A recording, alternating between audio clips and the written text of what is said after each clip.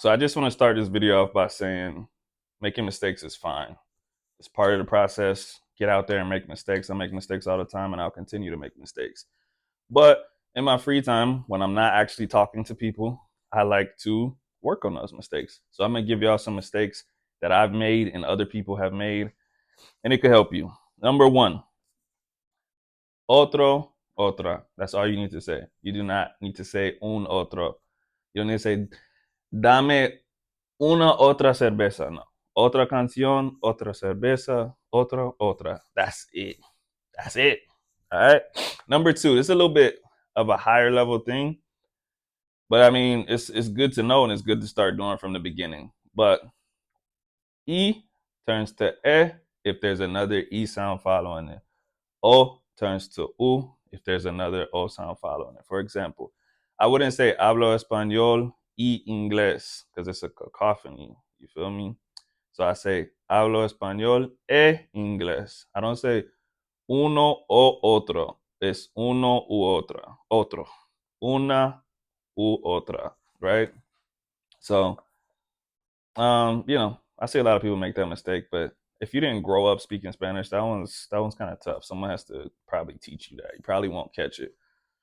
Number three, me acuerdo o recuerdo. You can't say me recuerdo. Um, Funnily enough, my wife said that. She's gonna be pissed if she watches this video. My wife said me recuerdo, and I was like, you can't say that, right? And she's a Spanish is her first language, and she called her brother, and her brother was like, yeah, you could say that, and I was like, no, you can't. Like we literally had to look it up, and they were like, oh wow, you're right. So when you're a native speaker, man, you can do stuff that you just don't care. I don't care if I make mistakes in English. It's my language, right? So I'm like, who cares? If someone told me I said something wrong in this video, I probably wouldn't even reply to their comment. I literally don't care, bro. So there you have it. Number four, actualmente is not actually not in the way that we use it in English. Actualmente is currently. So you can say actualmente, vivo, and blah, blah, blah. But the way we say actually in English is like, well, actually, I would like that. But that's not what actualmente is, okay? Number five, soy bueno. Soy bueno, soy buena, right? You don't say estoy bueno, estoy buena when you're talking about being good at something. Estoy bueno, that you're basically saying I'm fine. Like I'm good looking, right? If a guy sees a girl, he might say, "Oh, está buena." So you don't say estoy bueno, estoy buena when you're talking about being good at something. You say soy bueno en, soy bueno para, but not estoy. Number six, foto, moto. Those are not masculine, even though they end with O. It's la foto, la moto. It's because foto is fotografía, moto is motocicleta, right? So that they actually end in A. But while I'm on that subject, just because something ends in A doesn't make it feminine. That's what they kind of teach us in school, but that's not necessarily the case. There's a handful of words that end in A and they're masculine, like el problema, right? El mapa, el programa, el sistema, and a bunch of other ones that I can't think of right now, but don't trust that A. Number seven, this is definitely higher level. But basically, when you start getting the pattern, you start saying, oh, trabajado, hemos, right? So you say all of these things and you're just like, oh, whenever I say one of those, I say ido or I say ado. But there's a bunch of words where that's not true. Escribir. It's not escribido. It's not escribido. It's escrito. Hacer. He hecho. Decir. He dicho. Proponer. Or I should say poner. Puesto. Proponer. Propuesto.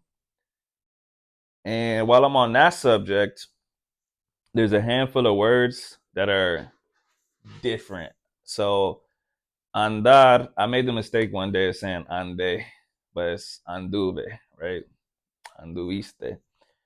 And a lot of words that end in CIR. So traducir, conducir, producir. It's not traducí, it's traduje.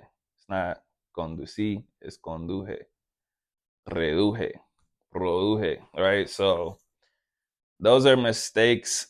I'm not gonna lie. I don't know if I've ever seen a native speaker. I might have seen a native speaker make the Anduve mistake, but I seriously doubt it. It's an English speaker thing. You're learning a language. Like I said, it's fine. Number 8. This one's small, but it's just something I've noticed. If you say it's the first time, in English we say it's the first time. So you think in your head por la primera vez, but you don't have to say la in Spanish. It's por primera vez. That one, I've seen it a few times. Number 9, encantar.